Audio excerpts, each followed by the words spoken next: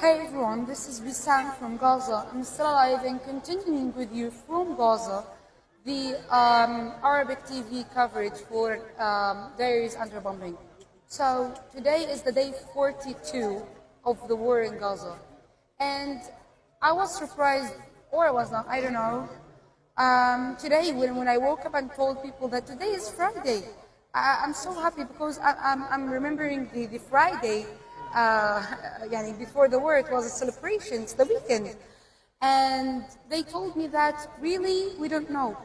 People start to stop to count what day it is. We've been here since 7th of October. It's now 17th of November in the same circumstances, and everything is getting worse every single day. So today, a bombing happened in a residential square in Khan Yunis, and it caused the killing of 30 citizens. 30 civilians were killed today in Khan Yunis. Another bombing in the Shabura refugee camp in Rafah, and the refugee camp is really crowded. I mean, the people suffered from bad circumstances even before the war, and now it's bombed. In the north, a bombing on Al-Falah school and buildings around Al-Falah school, so in the Zaytoun neighborhood. So 140 people were killed. If this is not amounts to a war crime, then what? It's a school. People evacuated their homes to a school and then they were bombed. In the north also, a bombing in East Betlahia, Kamal Adwan hospital caused many people to be killed, and there is no ambulances or civil defense to go there to rescue people. As for hospitals, Al-Ma'madani Baptist Hospital, one of the few very, very tiny places for people to have any medical care, is besieged by tanks. It's besieged under fire. Shifa Hospital is besieged either. And today, a doctor from the orthopedic department told the media that they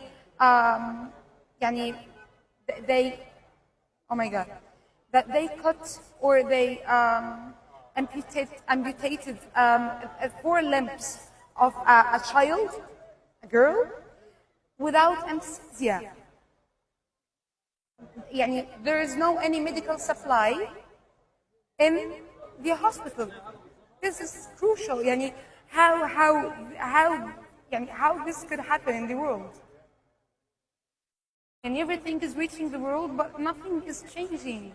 I mean, of course, the protesting, the demonstrations all over the world, and the capitals everywhere. The solidarity of the football players and the actors is good, but it's not enough. We need ceasefire.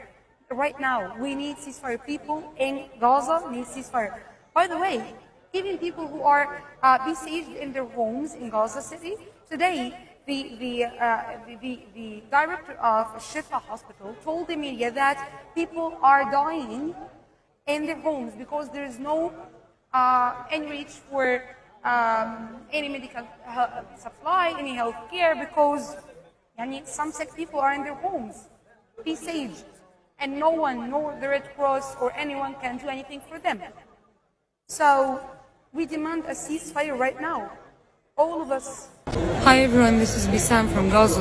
I don't know if it's unfortunately or fortunately I'm still alive. Today, a doctor from the orthopedic department of Shifa Hospital told the media that an amputation of 4 limbs was performed on an injured child without anesthesia.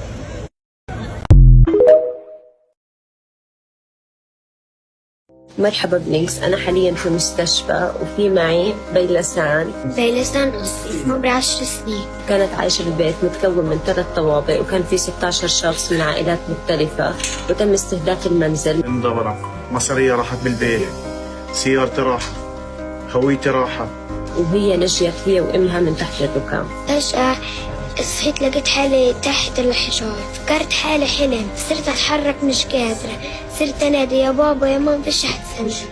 طلعوا ماما لأنه ماما بتقول بنتي تحتي بنتي تحتي، طلعوني فرجلي هيدي علقت وراسي في كسر بالجمجمة، بس هي تعالج الحمد لله وتعالج، ورجلي الحين بالجنة. ايش اشي نفسك يصير؟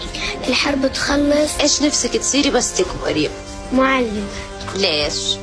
عشان بحب أعلم الأطفال.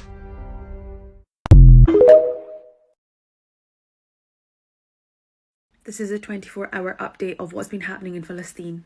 The death toll is inaccurate because of the communications blackouts as well as the people that are martyred on the street and no one can go out and count them.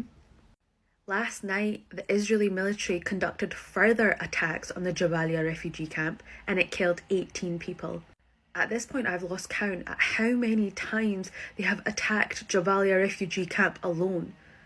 The Israeli army also raided Ibn Sina hospital, which is an occupied West Bank near Jenin. This raid has now ended and it left at least 14 people injured. I read this story of a 3-year-old boy on Al Jazeera updates and honestly, even now fighting back the tears. This 3-year-old has survived 3 Israeli attacks. The first one killed his entire family, so he was then taken care of by relatives of his dad's side.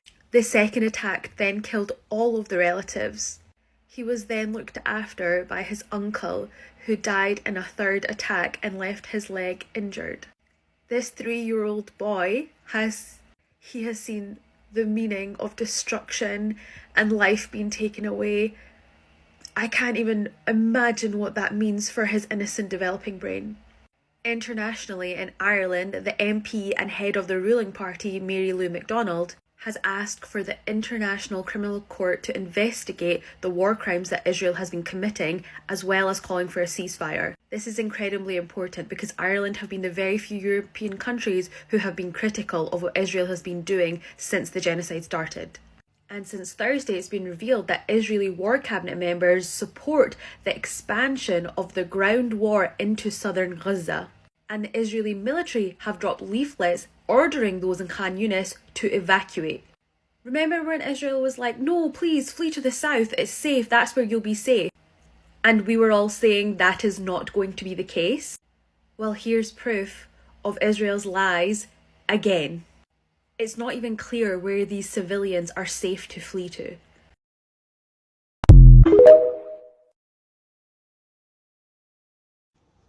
What is happening now in Al-Shifa hospital is a humanitarian crisis. It's against every mean of human law. The Israeli occupation has been surrounding the hospital, Al-Shifa hospital, for more than 5 days now. And the hospital had a lot of dead bodies in the outside yard that the people couldn't bury because the occupation was shooting everyone. Now the occupation is stealing those dead bodies and they don't know where they're taking them. And if you Google, you will see that Israel has the largest skin bank in the world because of the skin they take from the Palestinians who die. Israeli occupation is taking the dead bodies to use their skin in their skin bank. This is a humanitarian crisis. Please spread this around. The world needs to know that this is happening now in Al-Shifa hospital in Gaza and no one is talking about it. أؤكد لكم جميعا أن جميع مرضى جراحة العظام المبتورين سيموت واحد تلو الآخر، لأن تقريبا العمليات الجراحية أوقفت تماما. عمليات جراحية تنظيف للجروح فقط بدون تخدير. المريض يموت من الألم أو يموت من التسمم. هل تتصور أنا الآن عملت أعمل غيار لطفلة مبتورة 4 أطراف لها؟ نعم نستمع عليك. نعم. مبتورة 4 أطراف، طفلة لا تتجاوز 10 سنوات، أقوم بالتغيير لها بدون أي تخدير أي موضع إلى هذه الطفل 4 أطراف. أنا صراحة يعني لا أستطيع التكلم من كثر الألم. المبتورين الذين هم كل الدود يخرج من جروحهم من قلة الدواء ومن قلة الرعاية. نحن نعيش في مكرهة طبية فظيعة. القذارة بجميع أطراف المستشفى العملي. لا يوجد ماء. متى تريدين يعني ماء يعني كيف أن نعمل؟ مرضى يوجد عندنا أكثر من 200-300 مريض جراحة عظام سيموت الواحد تلو الآخر. أنا أحكي هذا كطبيب، أنا مباشر، أنا كطبيب جراحة عظام، أنا رئيس قسم جراحة العظام المستشفى أعمل منذ 23 عاما، لن أرى كذلك لا في الكتب ولا في أي شيء.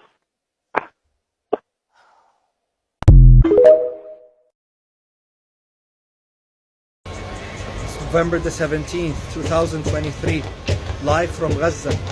Despite a fourth communication blackout due to lack of fuel to the internet providers here in Gaza, we continue to try to reach you. Together with many others, together with your support, we continue to try to enlighten the world about what's happening here. A humanitarian crisis, a genocide, war crimes by the Zionist regime. Today, the news from Gaza is that the Israeli forces are digging up the whole area of Al-Shifa medical complex, trying to provide evidence to the world that it is, like they're saying, the main operations and control room for the resistance there. In addition to that, the Israeli forces are slowly backtracking into areas that they originally came into around a week ago. We do not really know what their plan is right now, but failure after failure, lie after lie, they haven't achieved anything on the ground except killing of babies, bombing of buildings, and displacing 1.5 million Palestinian civilians. Here in Khan Yunis, several strikes were hit together with Rafah, dozens of martyrs and injured. A viral message was also going on through different social media platforms. If you haven't already, please read a message to the American people, which was published on the 24th of November 2002 by a certain individual. It will change the way you look at things right now. It will give you an understanding more of what is happening and why it is happening. Take care, stay safe, keep up the great work you are doing. Assalamu alaikum wa rahmatullah.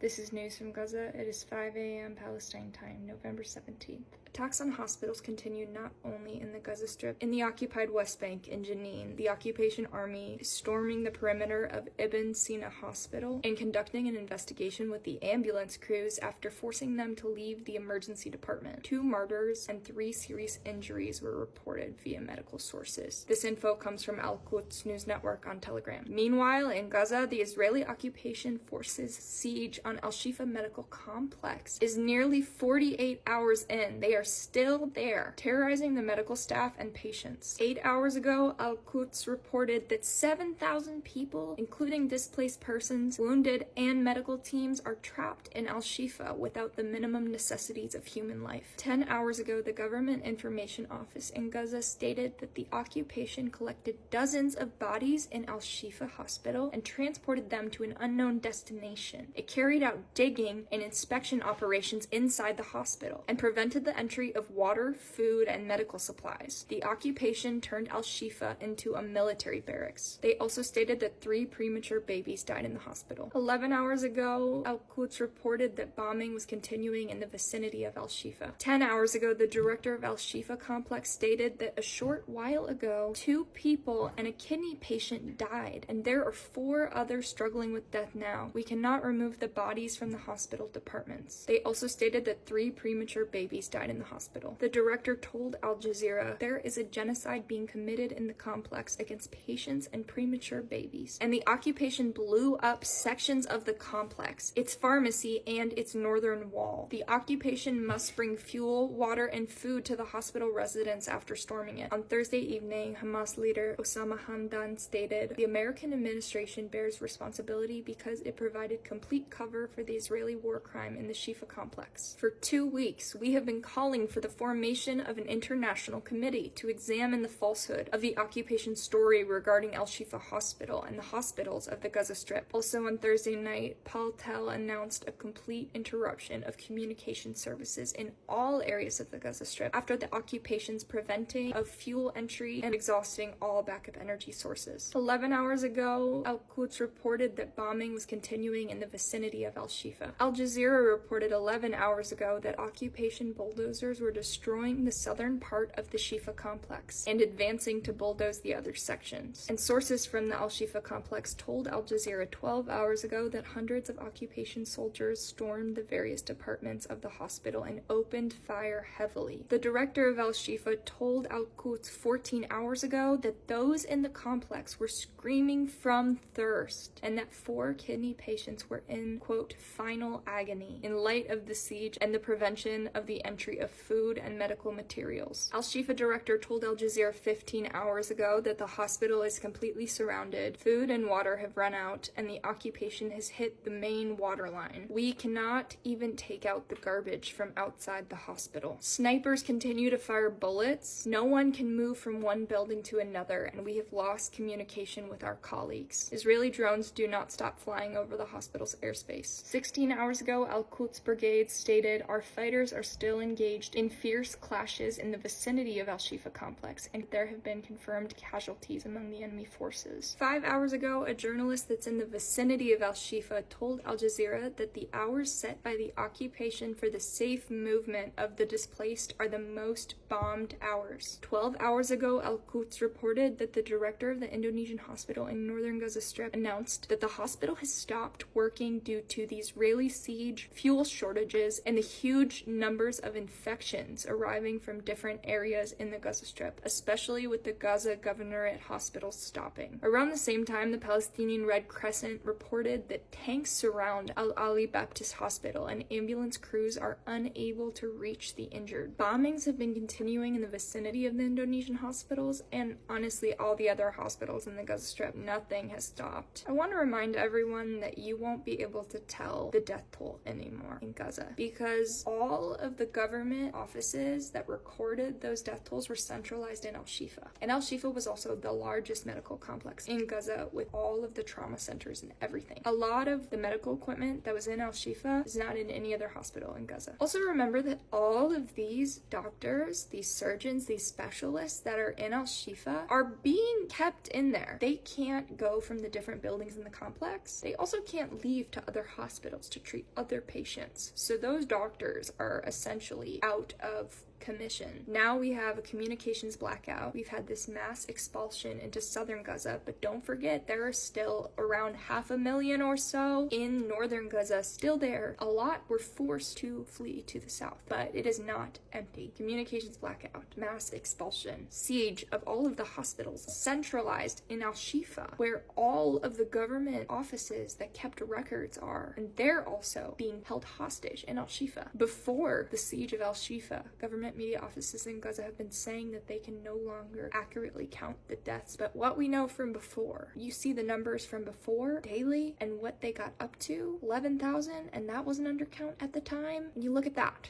Remember that things have gotten more deadly. There are less medical supplies, less services, less food, less water, more disease, and people are packed into smaller and smaller spaces because less buildings are available in Gaza. So it is an exponential rise in death. You can at least know that. It is November 17th. I have updates for today. If I miss anything, please comment it below. Israeli terrorist forces have now dropped leaflets on civilians in different parts of Khan Yunis in southern Gaza, ordering them to evacuate. This comes after they evacuated many civilians from North Gaza and Central Gaza to South Gaza. Now the Israeli terrorist forces want to increase their operations in South Gaza, putting everybody in a very vulnerable position. And where are they supposed to flee to?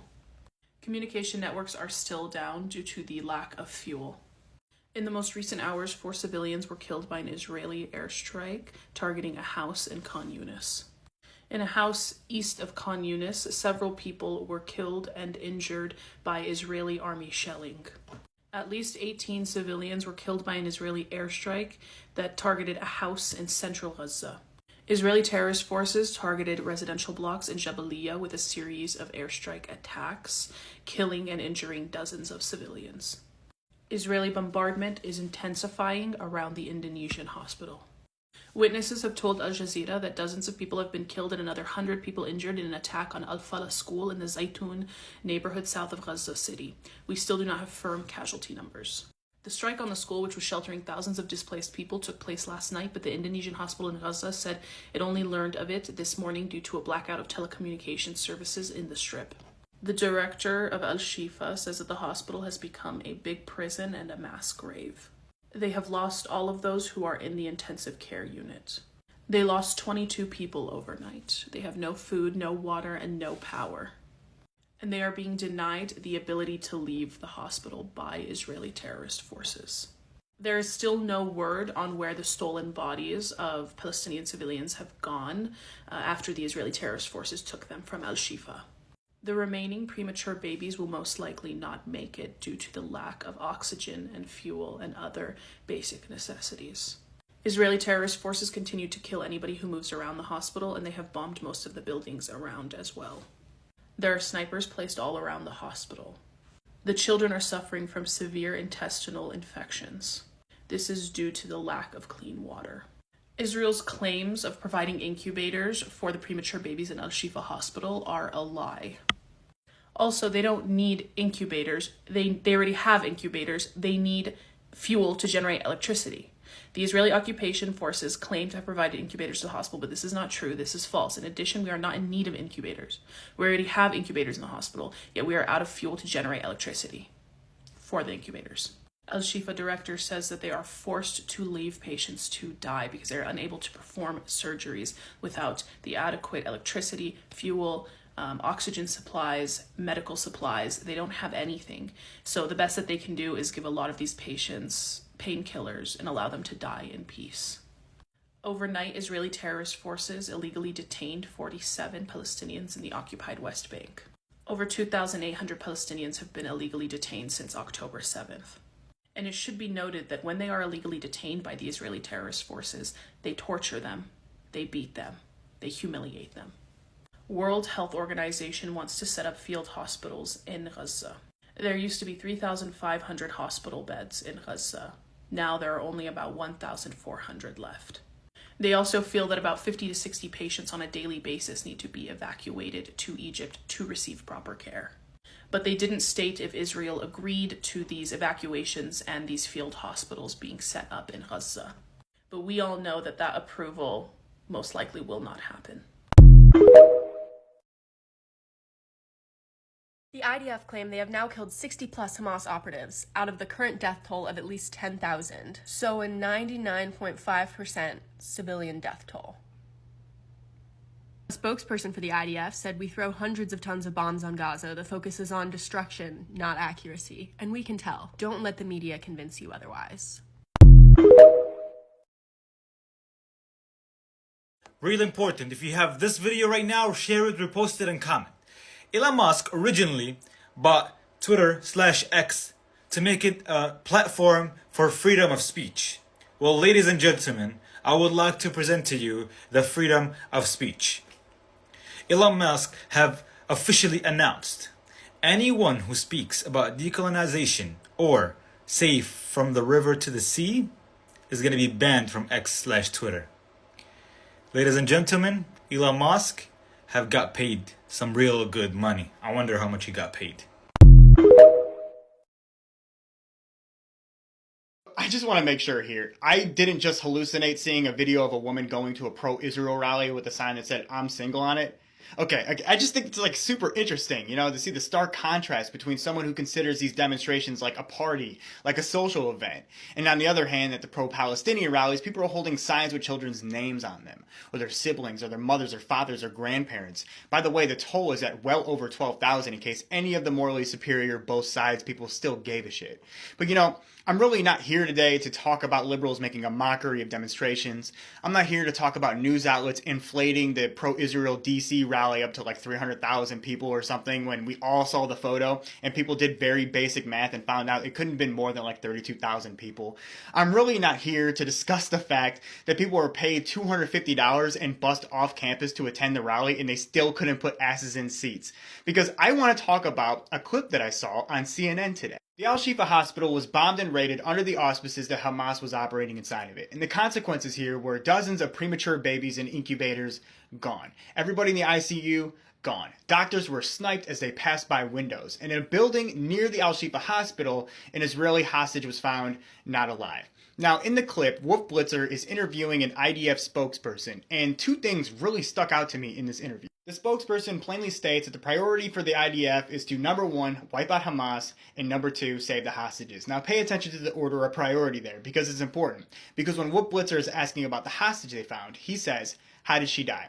Listen to that language. How did she die? Not who unalived her, not did you apprehend the culprit. This is not language that you typically use for a hostage in a situation where you pretty much know for certain who did what, right? But the spokesperson could not answer the question. You want to know what he said? He said on October 7th, she was taken hostage, and today she's gone. That, to me, feels like guilt. Because he had every incentive to directly blame Hamas for this. He had every incentive to lie about it. But he didn't. And that speaks to me like a man who understands but cannot say that the main cause of death in Gaza, Palestinian or not, is the IDF, the ones doing the bombing campaign. And the reason that this 65-year-old grandmother is not with us here today is the fault of those engaged in a cleansing. A junior high student in California was suspended for 3 days for saying "Free Palestine." As a teacher myself, I know how hard it is to get a suspension approved. There has to be documentation, some sort of physical threat, words of concern, extreme cases of bullying, intent to harm. So I'm wondering how saying "Free Palestine" fell into any of these categories. Or are we witnessing the censoring of Palestinian voices at every single level, from the media to our elected officials down to children in schools being unable to express their solidarity with Palestine? I think we know the answer, and I think we should all be concerned. I'm a 40-year-old Muslim American who witnessed 9/11, and I want to talk to you about terrorism. Before we begin, I just want to make it very clear that I denounce all forms of terrorism and that I do not condone any form of anti-Semitism, and thusly I will not be supporting any comments therein. One of the reasons that Muslims cannot talk about 9/11 with most Americans is because of the emotional responses that we get. One can only speculate what the cause is for those emotional responses, but there is one factor that is relatively consistent. And that is that people do not have an awareness of their own Islamophobia and Islamophobia. Many of you are currently having this conversation without that awareness. Over 3,000 people died during the terrorist attacks of 9/11, a few dozen of whom were actually Muslim. Yet Muslims cannot talk about these deaths because we are blamed for 9/11 as a whole. And yet many of you do not understand even what caused 9/11 or who is responsible. So I'm here to talk to you about that. 9/11 was done by the Saudis. We do not have solid proof. We have mounting evidence that was collected by our own 9/11 commission. It is speculated that the Saudi crown paid the hijackers. The Saudis are our continued ally. Osama bin Laden, the guy they blamed for the terrorist attacks, was also Saudi. He was a Saudi Syrian born and raised in Saudi, and that is where his terrorist organization is from as well. He was liked because he was wealthy and because he defended Afghanistan against the annexation by Russia. One of the reasons that countries say they did not hand him over to the United States is because they claimed that the United States could not provide definitive evidence that he was guilty of the 9/11 attacks. And they used this as a justification to invade multiple countries and cause thousands upon thousands of civilian deaths. In Afghanistan and Pakistan, more than 70,000 civilians were murdered This is just a reminder that on our manhunt of Osama, we entered Pakistan without their permission. War criminal George Bush justified his invasion of Iraq by saying that they had weapons of mass destruction. Our own 9/11 Commission found that that was not true. The result is that over 1 million people died. With 4.5 million people displaced, 1 to 2 million people made widows, and 5 million children made orphans. This event impacting nearly 1 in every 2 Iraqis. And there has been virtually no accountability for what we have done with our reckless invasion of these countries on this manhunt. We virtually never held anyone accountable for civilian casualties. I mean, we paid condolences and sometimes we said it wasn't us or sorry, it's a mistake, but we never held anybody accountable. This is a quote by former Deputy National Security Advisor, retired Lieutenant General Douglas Lute. Does all this sound familiar? Like 11,000 people dead, 4,000 of which are children, on a manhunt for Hamas, for an attack that was done by a group that was paid by Israel. And many of the casualties were IOF and a result of IOF fire. So now I have to ask you, is the problem here that you are upset that people sought out the voice and opinion of Osama bin Laden to get both sides of the story? Are you upset that people saw some of what he said and agreed with him despite the fact that he was obviously unhinged? Or is it that the "but 9/11" argument that you have used to justify your Islamophobia and Swanophobia slowly crumbling? Because let me tell you something, friends. You let 1 million people die from COVID. I don't ever want to hear you talking about 9/11 again.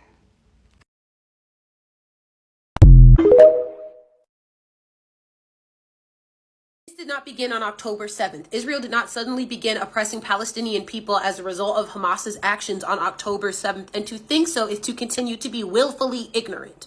Israel has been occupying and oppressing Palestine for the last 75 years. People are not pulling that number out of nowhere for the sake of propaganda. The actual number is 75, and in those 75 years, almost 7 million Palestinians have been displaced around the world. Nakba, meaning catastrophe in Arabic, happened in 1948, where 700,000 Palestinians were forcibly displaced from their homes and 15,000 were murdered in brutal attacks. 1948. In 1967, Israel occupied the Gaza Strip and the West Bank, annexing East Jerusalem and forcing another 500,000 Palestinians out of their homes. That is 1967. In 1994, on the 15th day of Ramadan, 150 Palestinians were injured and 29 were murdered because a Zionist extremist opened fire in a mosque that is now known as the Hebron Massacre. In 2008, despite agreeing to a ceasefire with Hamas, just months prior, Israel launched a 22-day military raid in Gaza, killing 1,400 Palestinians. 2014. Keep in mind, I started in 1948 when I was not even a twinkle in the sky. I am now in high school. Hamas kidnapped and murdered 3 Israeli teenagers, and in response, Israel launched a 50-day attack that left 2,200 Palestinians dead. 2,200. Keep in mind, I am skimming over multiple major events and just the day-to-day brutality that takes place when you're living under occupation and oppression. For example, did you know that some Palestinian neighborhoods have nets over top of them to protect Palestinians from being covered in the trash that the Israeli settlers throw on them? This doesn't just include like little pieces of paper. We're talking major pieces of debris, furniture, and sometimes even hot water. I'm skipping over the deaths of so many, including many activists, including Rachel Corrie, who is an American activist who is pro-Palestine, who was quite literally bulldozed over. Do you know some Israelis commemorate her death? They make pancakes. Pancakes. This is a map of the land that Palestinians have lost, land that was taken from them violently, and many were forced to flee if they didn't lose their lives. This chart is a clear visual for the loss of life on both sides only since 2008. Do you see the difference? Do you see this? So don't say that this all started because of Hamas and their actions on October 7th. Y'all tuned in on October 7th because if they hadn't gotten a hit in, all of that brutality would have continued for who knows how long, and y'all would have continued to look away. How many scandals are enough for Israeli occupation forces to stop lying? Israel described the Al-Shifa hospital as the main headquarters for Hamas's terrorist activity. This IDF animation, posted in late October, claims to represent a Hamas tunnel system underneath the hospital. But having been inside Al-Shifa, it has allowed the BBC and Fox News to film at the hospital, though only locations of Israel's choice. Conveniently, this Fox News reporter, which was one of those who accompanied the IOF to the Al-Shifa hospital, took this video of 2 Kalashnikovs. However, an hour before he arrived, in the original video of the IOF, they showed 1 Kalashnikov. The weapons that they found in the MRI room. Like, the MRI is basically a huge magnet. You cannot have any metal around it. And when you zoom in the boxes behind the MRI, you find Hebrew writings. So are these the same empty boxes they brought in labeled medical supplies in English? Also, the director of Al-Shifa Hospital said that they destroyed the CT scan machine and the MRI machine. The MRI machine costs $1 million. Let's take the testimony of the BBC, which was one of the news media outlets that went to Al-Shifa Hospital to inspect the raid that's supposed to be a Hamas headquarters. Israel also released its own 7-minute video, which BBC Verify has analysed. A watch, visible in that video, suggests it was filmed a few hours before the BBC arrived. Also in the video, we see a room with an MRI machine. And if you zoom in and we get some light over here, what you'll be able to see is military equipment. The BBC was shown the same room. And what we see in the 2 videos doesn't precisely match. For example, there's 1 gun in the IDF video, 2 by the time of the BBC footage. Israel has told BBC Verify this is because more weaponry and terrorist assets were discovered throughout the day. Although all the weapons that they show are Kalashnikov, they show different caliber bullets that do not fit in Kalashnikovs. Like these 2. These are the type of bullets that fit in the Kalashnikov. You can see the narrow base. 47. Israel also says its video is a single shot with no edits. But this appears to be an edit. We don't know the reasons for that edit, nor how significant it is. The IDF, though, says suggestions it's manipulating the media are incorrect. The IDF video also shows military equipment in other locations, though we can't verify how it came to be there. And what we see in this IDF video doesn't equate to Israel's description of Al-Shifa as an operational command center for Hamas. The US is using a different phrase, saying Al-Shifa was used as a command and control node. Operate a command and control node from Al-Shifa Hospital and are prepared to respond to an Israeli military operation against the facility. That implies a much smaller facility. And this IDF video was posted, then deleted, then reposted, this time without a section referring to an Israeli soldier who'd been held hostage. This is the original video and this is the edited one. Why would they blur the screen of a laptop that's supposed to be owned by Hamas? They blurred it because in the first video it shows the image of one of the IOF soldiers that Israel claimed that they rescued. So if we assume that Hamas is lying because they said that they never held this one hostage, she was not supposed to be a screensaver on a laptop that is supposed to be in Hamas headquarters. So that's why they cut it out. Also, this laptop does not support CDs. So someone pointed out on Twitter that the charger has QI148, which according to them is a standard for IDF equipment. And they told the reporters that they found tunnels, although they did not show them any tunnels. Wouldn't they want to show them the tunnels in order to prove that they're not lying? Also, this is not the first time Israel claims there are tunnels underneath Al-Shifa Hospital. Back in 2014, they did the same thing, and reports came out saying there are actually bunkers underneath Al-Shifa Hospital that were built by Israel in 1983. But Hamas said that they're not using it anyway. It's just another excuse for Israel to invade the hospital. They did all of this scheme to take a picture in Al-Shifa Hospital in the name of a victory. The caption, Israel fights terror. If I'm being honest, y'all are fighting Qur'ans and babies in incubators. I mean, what does finding a Qur'an anywhere in Gaza mean anything? It only further proves y'all are some racist bigots. Medical supplies in English donated by a Hebrew-speaking population to Arabic-speaking population. Yeah, right. Y'all are just funny. So the Norwegian government has said that Norwegian Palestinians that has been evacuated from Gaza needs to pay for their own trip back home to Norway. And this is the same government that spent over $6 million to get Ukrainian pets here. So like the next time you want to call Norway progressive, ask yourself progressive for who? I want to share 2 social media accounts or initiatives that everyone should be aware of because they're doing amazing work for Palestine right now. First one is this Twitter account, Stop Zionist Hate. Essentially, they identify Zionists who are spewing hate, whether on social media or in real life.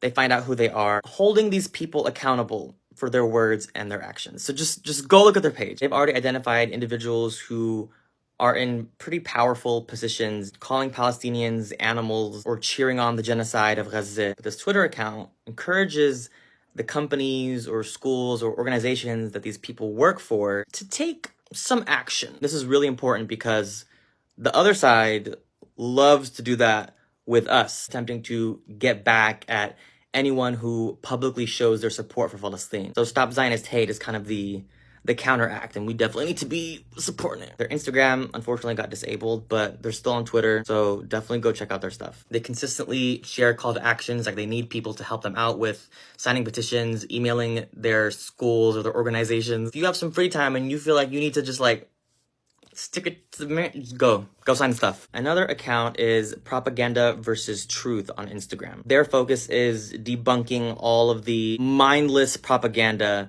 Israel spews out. All the videos, the AI generated pictures. This account does their own research and proves that it's fake. So follow them and share their posts. It's really important that we have at least one account out there debunking all the fake news.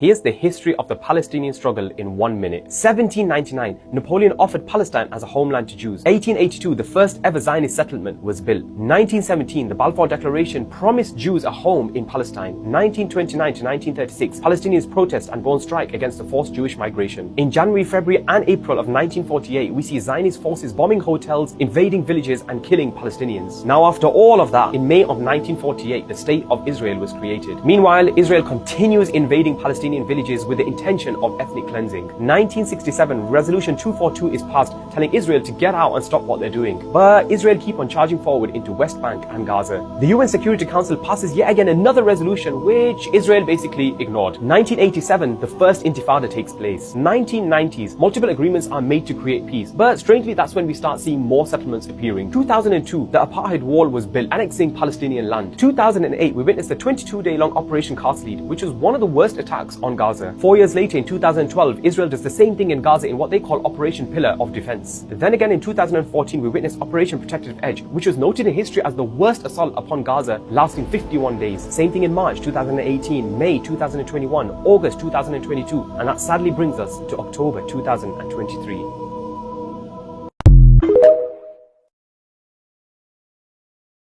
The same people that are pushing out this propaganda and believe in this propaganda are the same ones that sold us the concept of the American dream. Out of the smoke and mirrors and all the shit that hasn't made sense, the one thing that has made sense is the following phrase. It's called the American dream because you can only have it when you're asleep or blind. The American dream is simply the never-ending cycle of strife, of wanting, of gluttony, of capitalism, of consumerism, of more, having more, having more. There's no final state of contentment. It's the trap of desire.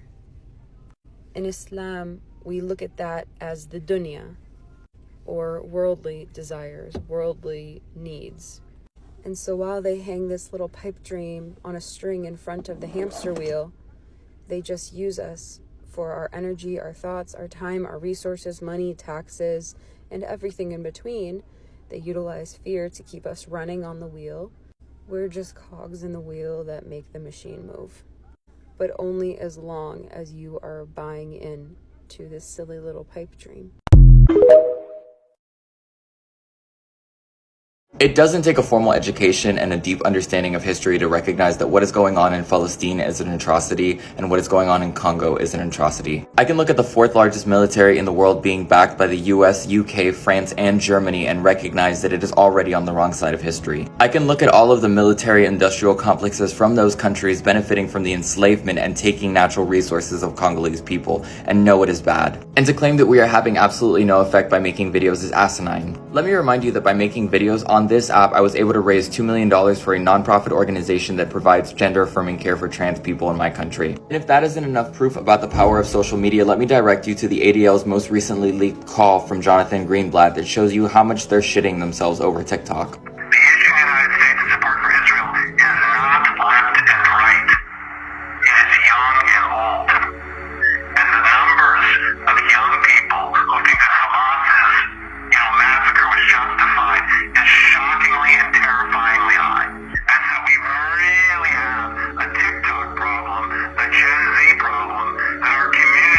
For years, TikTok has been an app that has been run predominantly by young people. Let me remind you that older generations have feared young people for a long time, because with every generation we get more and more progressive. And who is directly affected by that? The institutions that have been and still are run by older generations. Generations that grew up feeding or being fed propaganda. And unfortunately for them, these social media platforms are unifying people. We are no longer silent. Our stories will be heard. That is the biggest detriment to them.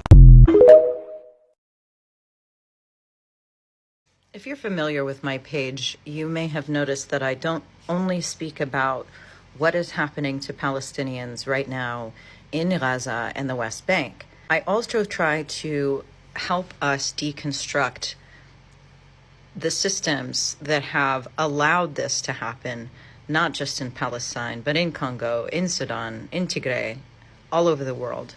I draw a lot of parallels between the attitudes and the methods used by Israel and those used here in the United States to uphold white supremacy, capitalism, and imperialism. So let's look at the parallels between Israel and the United States' use of drones, surveillance, and artificial intelligence. This article from Amnesty International, published earlier this year, reveals how the Israeli state has, in their words, automated apartheid through a series of surveillance networks and artificial intelligence programs known as Wolfpack. Wolfpack is a suite of software including Red Wolf, Blue Wolf, and White Wolf. It is deployed systematically to curb the movement and speech of every single Palestinian, whether in the West Bank or Gaza. The IOF even incentivizes their troops by gamifying this process to capture the likenesses of as many Palestinians as possible and store them in this database. It's really hard to overstate the extent to which surveillance is exercised by the IOF in the control of Palestinians across all territories. The technology Israel has been developing and deploying is not limited to simply identification. They are also seeking to automate punishment and violence toward Palestinians. Meanwhile, the United States has been busy replicating these methods to deploy at the U.S.-Mexico border. A drone company known as Brink, which is still in operation, promoted its products by demonstrating how their drones could be equipped with tasing devices and deployed at the border. These tools and techniques are not reserved for Border Patrol, however, as we have seen a number of police departments across the United States integrating AI, drone, and robot technology in their policing toolkit. Detroit is another example. Los Angeles, just as of May of this year. St. Petersburg, Florida. They're not only used for security or rescue operations, as they might have us believe. Pause to read. And it's not only in big cities. In Jasper County, Missouri, they've been donated a Brink drone, the same one referred to earlier that was equipped to tase people at the U.S. border. All over the United States, we are seeing an escalation in the use of these devices, which infringe on our civil liberties. So much of the ballooning of our police budgets is going toward programs and tech like this. NYPD is using those Brink drones as well. And let's not forget this K5 fully autonomous security robot, which was rolled out in New York City in the past year. The United States and Israel are siblings of the same empire.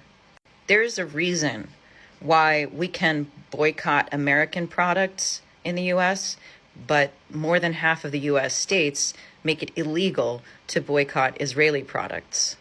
All of the legislation and all of the companies and all of the nonprofits that link and entangle the United States with Israel are not incidental. They are the infrastructure of creating a unified empire between these two nation states. This is an image of Times Square on the 70th anniversary of the Nakba, which Israel celebrates as its Independence Day.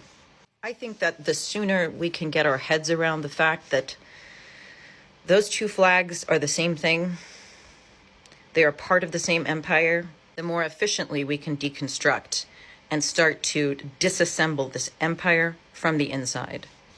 We haven't yet come to even to the heart of this operation. Khan Yunis, which is in the southern part of Gaza Strip, is the real headquarters of Hamas. They have the leadership, they are hiding, they have the bunkers, they have the command positions, they have the launching pads. And it's interesting you say Khan Yunis is the command center, because for the past week we've heard the Shifa hospital was the beating heart of Hamas, and yet we haven't seen the tunnels or the weaponry. You have seen the weaponry, you haven't seen the leaders. But look, I don't know, there are so many fake news. It's now part of life, so everything is spread carelessly. Had you asked me 2 weeks ago, I'd have told you that the center is really in Khan Yunis. That's Khan Yunis, below the evacuation line, where they just tried to send everybody from the north. There are still people in the north, but hundreds of thousands of people have been displaced to the south, and now they're claiming Khan Yunis is the center of Hamas. I'm going to take you down a little loopy thought road, but I promise I'm going to connect all the dots. I said I was going to connect all the dots. Bear with me. I promise I'm getting somewhere. These ghost face masks have been around since I was a child. The practical effect of the mask being that there is a white layer underneath and then a translucent layer on top, and then in between there's a little bit of space for liquid to start dripping through. And then there's the pump that you can use in order to control the flow of the blood through the mask. I just want you to keep in mind that that technology exists, okay? Now, we know that fashion can be and should be used as a form of resistance. At this point in time, we're especially seeing that with the kufiya. And if you've been listening to Palestinian voices that have specifically been uplifting Palestinian culture, you'll know that there is intention, there is meaning in every single pattern on every single part of the kufiya. That's the beauty of it. It's a literal symbol of resistance. And while I know that this comes from a fictional novel turned movie, the idea of using fashion as a form of resistance in extremely dramatic ways to the point where it is unforgettable is not a terrible idea. As far as nonviolent protests go, it's pretty top tier. Suzanne Collins wrote the character of Sinna as a resistance fighter who managed to infuse himself into the culture of the capital, and he appeared to be doing the capital's bidding by acquiescing to the president's demand and creating this opulent wedding dress as a means to show what Katniss would have looked like before she was sent to her death again. But then he waited until the most visible, the most widely televised moment in the capital's history to give Katniss the nod in order for her to transform herself into the literal symbol of the resistance, the Mockingjay. Now, I don't know who in the industry is down with the cause, but if you are a fashion designer who recognizes that this is a movement for liberation, and you want to be written down in history as the fashion designer to deliver one of the most iconic moments in pursuit of uplifting and symbolizing a liberation movement, now is the time for you to shine. And while I have no skill, I have ideas. I think, for the sake of show, you should embrace the symbols of empire and imperialism. Do that thing that people have done in Photoshop where they've combined the American and the Israeli flag and piece it together to form like a long flowing cape, because we know American superheroes love their capes. But try and build that cape, that symbol of empire and imperialism, with a more flexible version of that bloody ghost face mask. The designed layer underneath, the translucent layer on top, and some space in between those two layers where fluid can be pushed through. And once you've created this, along with the rest of the outfit, obviously, you have to be very intentional with two things. You have to be very intentional with who you choose to deliver the moment, and you have to be very intentional with when you deliver that moment to the culture. Maybe an event that the world turns to witness an extreme show of extravagance and waste. I'm just saying, resistance comes in all forms, and everyone has something valuable to contribute. Just an idea. Have a good day. Mercedes just donated 1 million euros in support of Israel, and I kind of want to talk about some history. World War II Germany, Mercedes has a very rich history and strong ties with the Nazi regime. Not only were they known for making cars for you-know-who, but they also made aircrafts, tanks, submarines. They played a big part in the war. Half their workforce were enslaved people, right? They would use people from concentration camps, prisoners of war, or just abduct civilians and traffic them. And it's not just Mercedes. BMW also manufactured arms for the war effort and used slave labor. Ferdinand Porsche was a Nazi member and made the Volkswagen Beetle for you-know-who. Audi had parts in the regime. They used slave labor. And this is no secret. You can go look this up. It's also not just cars. I'm sure you might notice that Puma's on the boycott list. They sponsor Israel's football association, but during World War II, their founders were Nazi party members. All these corporations who weren't just influenced, but have built their current wealth and success on Nazi Germany and their war efforts are now we're not anti-Semitic, we support Israel. Even though by now we all know that Judaism and Zionism and so many Zionists are anti-Semitic and so on and so forth, these corporations have come to see Zionism as almost the second chance to make up for their atrocious history. And I don't know how you come back for funding a genocide, but let me tell you, you don't make it up by funding another one. Do you know what the Streisand effect is? The Streisand effect is Israel trying to eradicate from the surface of the planet an entire people, an entire culture, an entire nation, and as a result of them trying to remove that information from the collective memory of the world, we've never talked this much about Palestine. It's everywhere in all of the capitals of the world. I remember during the BLM uprising, the toppling of statues was at the center of the movement because we wanted to redefine who should be represented and celebrated in our public spaces. And now, 3 years later, the same generation, the same movement is saying to the world, the liberation of the Palestinian people is what we want our public space to represent.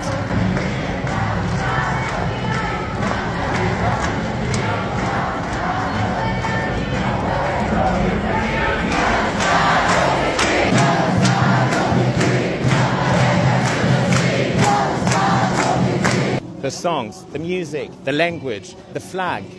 We've never seen this many flags all around the world.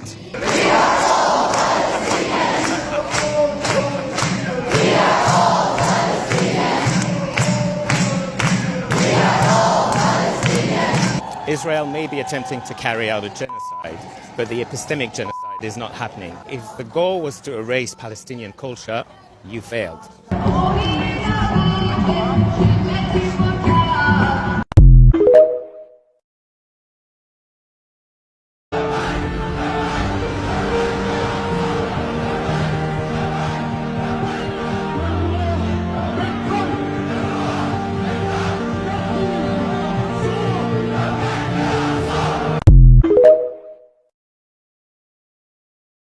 As a Palestinian, I condemn the barbaric terrorists that think they can declare military victory over a civilian hospital.